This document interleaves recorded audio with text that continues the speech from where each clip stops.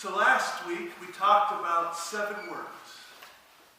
7 words which changed the world, which were, He is not here.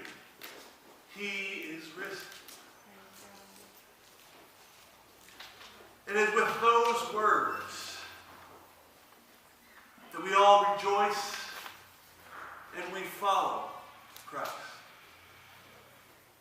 But when we follow Christ, we also are used to hearing 2 other words. 2 words which have always been a call for us.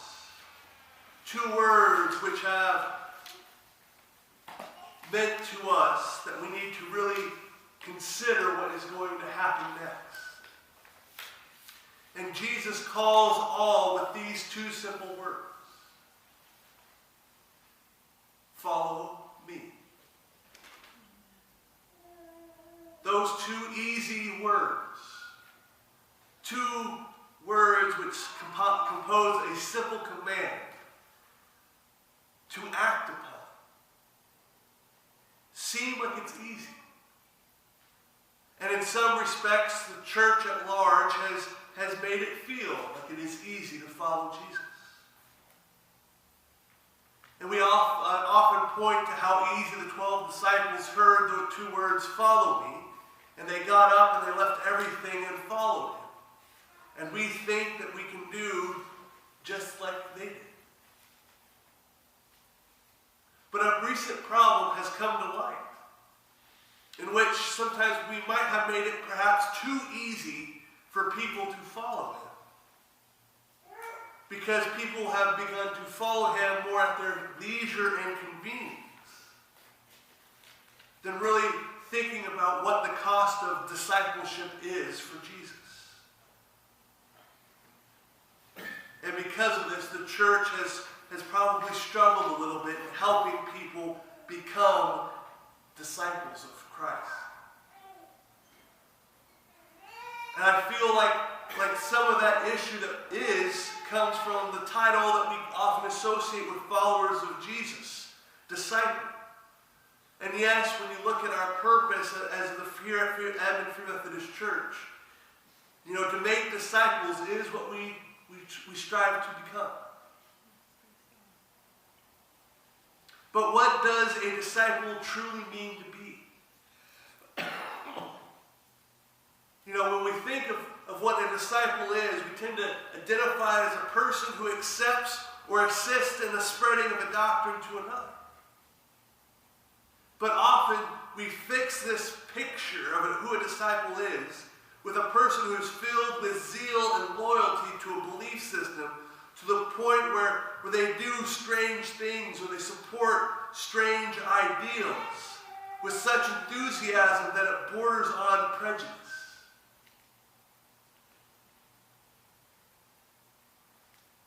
But in truth, this is not what a disciple is to be called.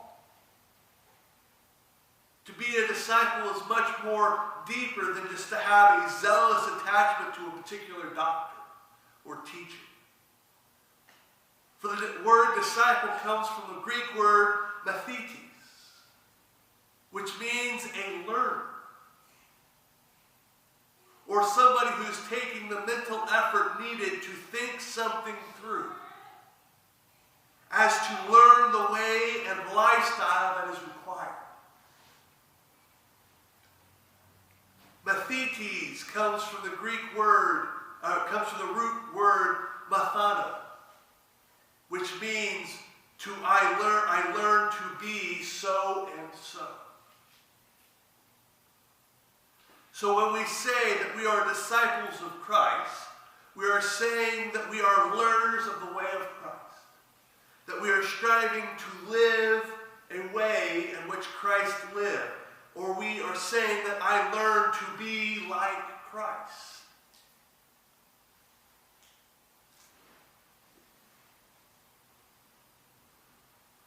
We are trying to mimic his lifestyle. And perhaps because we see that we are learning, we kind of underestimate just how easy it is to answer those 2 simple words, follow me. Because when hear, because part of the word being of discipleship, mathetes, is also taking the mental effort needed to think something through. That is, that you are considering the cost of what you are learning to become.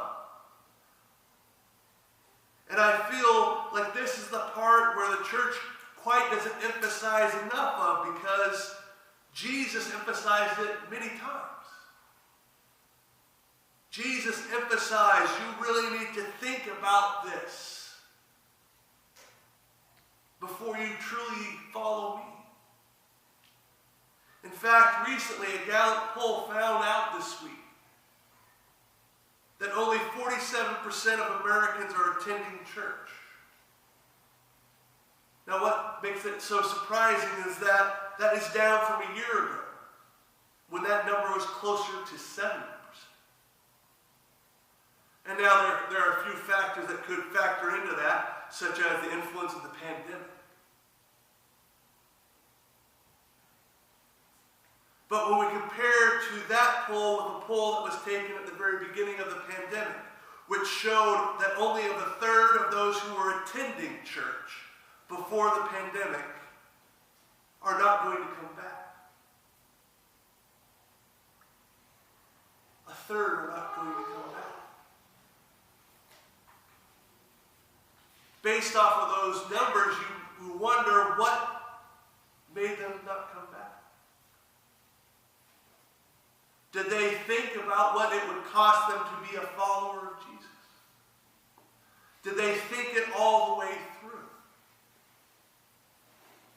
Did they think about what does following Christ going to cost me?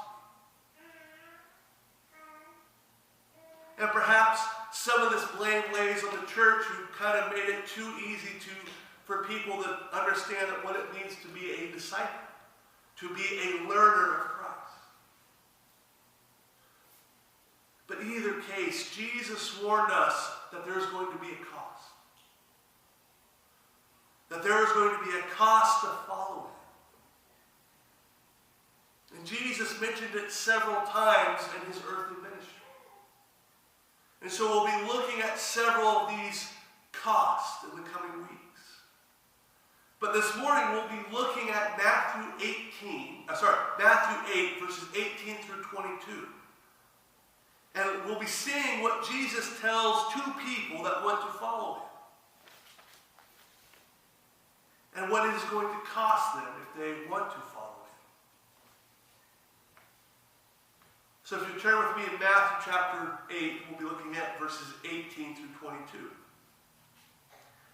So when Jesus saw the crowd around him, he gave orders to cross to the other side of the lake.